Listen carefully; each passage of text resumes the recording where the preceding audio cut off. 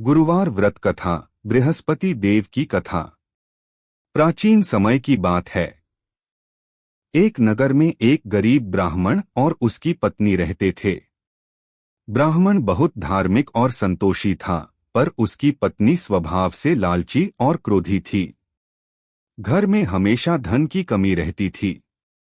ब्राह्मण प्रतिदिन भगवान बृहस्पति की पूजा करता और गुरुवार का व्रत रखता, पर उसकी पत्नी इन बातों को व्यर्थ समझती थी।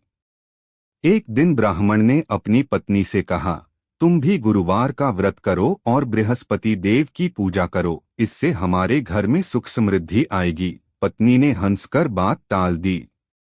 कुछ समय बाद ब्राह्मण किसी काम से बाहर चला गया।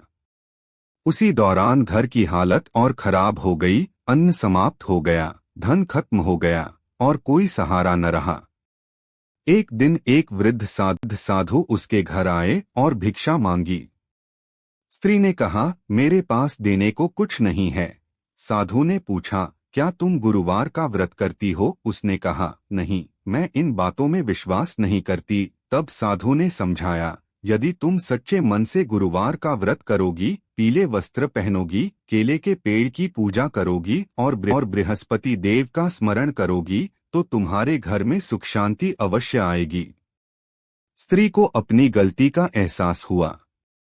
अगले गुरुवार से उसने नियम पूर्वक व्रत करना शुरू किया। कर्म पूर्वक व्रत पूजा करने से भगवान प्रसन्न होते हैं और जीवन में सुख, शांति तथा समृद्धि आती है। उसी समय उसका पति भी सकुशल घर वापस आ गया।